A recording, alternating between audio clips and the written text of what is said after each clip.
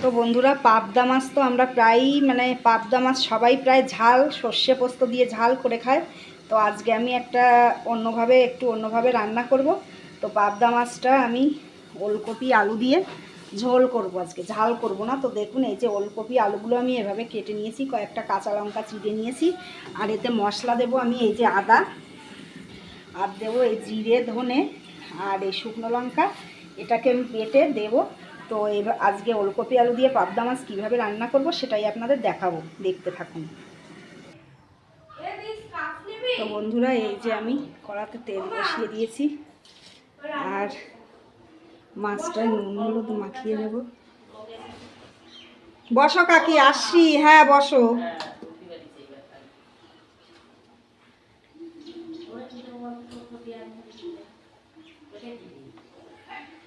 তো নুন হলুদটা মাখিয়ে নেব।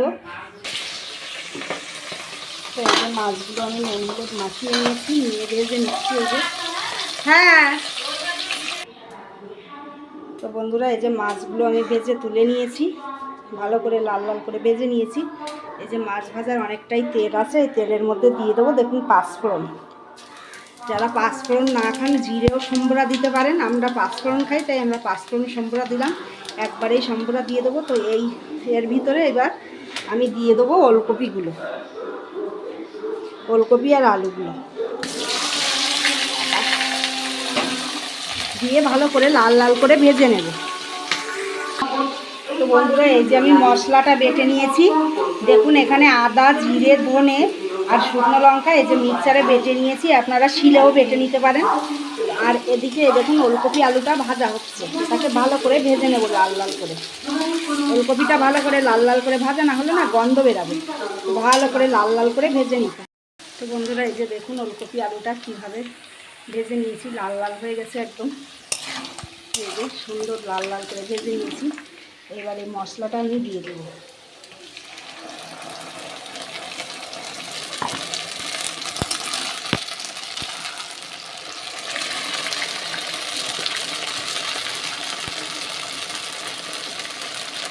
এবার দেবো পরিমাণ মতো লবণ,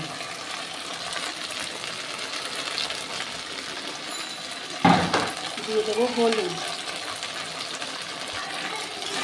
দিয়ে এটাকে মশলাটাকে এবার আবার ভালো করে একদম কষিয়ে নিতে হবে, একদম ভেজে ভেজে ভাজা ভাজা করে নিতে হবে। তো ভালো করে কষতে হবে, ভালো করে কষে নিয়ে এটা। তো এই যে দেখুন মশলাটা ভালো করে ভাজা হয়ে গেছে, এবার আমি জল দিয়ে দেবো।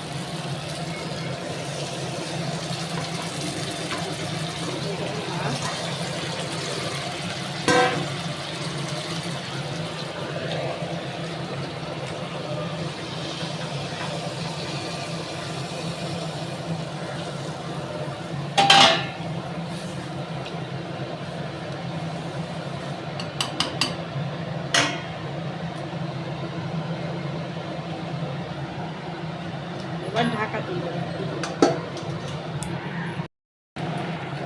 তো এই যে বন্ধুরা, তরকারিটা আমার হয়ে গেছে, এবার নামাবো। চিমনিটা বন্ধ করে দিলাম, এবার গ্যাসটাও বন্ধ করে দিলাম।